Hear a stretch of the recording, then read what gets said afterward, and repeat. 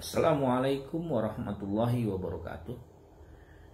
Disyariatkannya berwudu itu berkaitan dengan pelaksanaan ibadah sholat.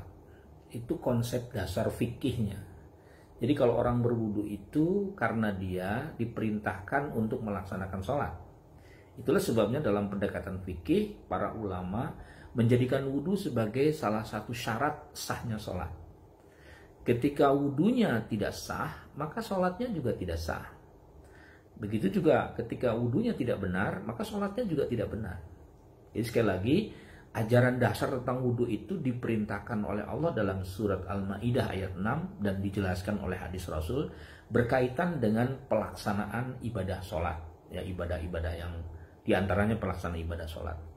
Nah, lalu pertanyaannya, lalu bagaimana, apakah wudu juga punya peran lain di samping untuk melaksanakan sholat? Misalnya, apakah orang yang mentradisikan wudu itu berdampak pada tingkat kebersihan dan kesehatan fisik?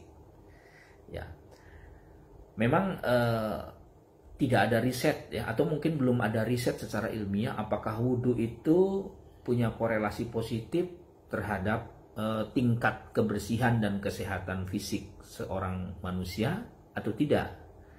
Kalau ternyata wudu itu ternyata berdampak pada tingkat kesehatan fisik, itu berarti tingkat imunitas tubuh manusia juga akan membaik. Kalau tingkat imunitas tubuh manusia membaik, maka kemungkinan tertolak atau menolaknya virus yang masuk ke dalam tubuh kita ini cukup besar ya. Nah, sekali lagi tentu saja itu harus ada riset secara ilmiah apakah benar wudu itu punya pengaruh yang positif terhadap penolakan virus. Ya, itu harus ada riset yang lebih mendalam. Tetapi kalau kita menggunakan analisis misalnya, dalam ajaran wudu itu kan ada rukun, ada sunnah. Sunnah di antara sekian banyak yang disunahkan oleh Rasul, misalnya ketika orang mau berwudu itu disunahkan mencuci tangan dengan bersih. Setelah mencuci tangan lalu disunahkan untuk berkumur-kumur. Setelah berkumur-kumur disunahkan untuk memasukkan air ke dalam hidung. 3 hal saja. Kalau orang mencuci tangan itu kan filosofinya berarti dia sedang membersihkan kotoran yang ada di dalam tangannya. Begitu juga ketika orang berkumur-kumur itu artinya dia sedang membersihkan kotoran yang ada di dalam mulutnya. Begitu juga di hidung. Nah, itu dari sunnah ya. Sekali lagi, kalau itu dilakukan dan kemudian berdampak pada tingkat kebersihan tangan, mulut, dan hidung, berarti kan juga punya peran ya, walaupun mungkin harus ada riset terhadap masuknya virus kepada tangan dan mulut kita serta hidung kita. Yang lebih dahsyat lagi misalnya dalam rukun wudu ya. Rukun wudu itu kan ada mencuci wajah ya. Dalam surat Al-Maidah ayat 6 ya. Pertama mencuci wajah secara keseluruhan. Ya, kemudian kalau bisa 3 kali disunahkannya.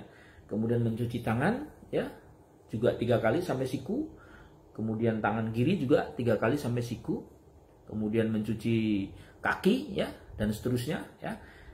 Itu artinya bahwa kita sedang berusaha membersihkan kotoran yang ada dalam tangan, kotoran yang ada pada wajah kita, kotoran yang ada pada kaki kita, dan kotoran pada semua yang ada yang menjadi anggota wudu kita. Nah, sekali lagi kalau itu dilakukan secara kontinu, secara benar, secara baik sesuai tuntunan Rasul, maka wudu itu sebenarnya juga kalau analisis kita berdampak pada tingkat kebersihan dan tingkat kesehatan kita. Maka wudu sangat signifikan terhadap peningkatan kebersihan.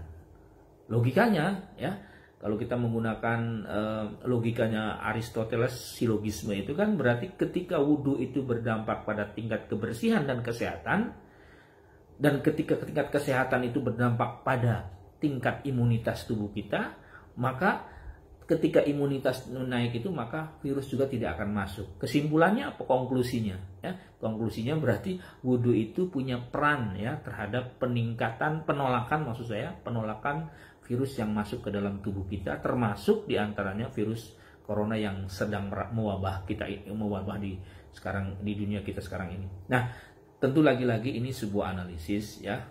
Tidak ada kebenarannya ya, hanya sedikit kebenarannya, hanya sebuah analisis. Tapi kalau kita ambil pesan moral misalnya dalam doa seorang setelah wudhu itu kan Allahumma ja'al minat tawwabina waj'alni minal mutatahhirin. Kalau kita terjemahkan secara bebas, Ya Allah, jadikan aku orang yang membersihkan batin dan membersihkan fisik. Maknanya apa? Jadi wudhu itu ada dua hal yang dibersihkan. Yang pertama membersihkan fisik dengan cucian yang tadi, ya. Yang kedua membersihkan batin. Jadi kalau orang batinnya udah bersih, fisiknya udah bersih, tingkat imunitasnya kan menaik kayak gitu. Ketika tingkat imunitasnya menaik, maka virus pun akan mengalami resisten, ya. Itu kira-kira analisisnya seperti itu. Jadi luar biasa, bahkan ada satu hadis kata Rasulullah, salasun kafarot, ada 3 hal yang akan bisa membersihkan batin kita dari kotoran dosa. Salah satunya apa? Isbahul wudu fis sabarot, menyempurnakan wudu pada saat situasi sangat dingin. Jadi kata Rasulullah, ketika orang melakukan wudu secara sempurna, ya, sesuai dengan tuntunan yang diajarkan oleh Rasulullah, maka dia sekaligus melakukan 2 kebersihan sekaligus. Yang pertama kebersihan fisik, dan yang kedua adalah kebersihan batin. Lagi-lagi kalau analisis kita, kalau fisiknya sudah bersih, batinnya sudah bersih, maka insya Allah ya, kemungkinan masuknya virus ke dalam tubuh kita itu akan kecil, ya. Nah, disitulah kemudian kita mengambil sebuah kesimpulan sementara yang belum pasti kebenarannya, bahwa wudhu punya peran dalam rangka meningkatkan kesehatan dan kebersihan, dan kesehatan serta kebersihan berkorelasi terhadap penolakan virus yang masuk dalam tubuh kita. Itulah sharing sederhana yang tentu saja belum pasti kebenarannya. Ini sebuah analisis, mudah-mudahan ada manfaatnya. Terima kasih. Assalamualaikum warahmatullahi wabarakatuh.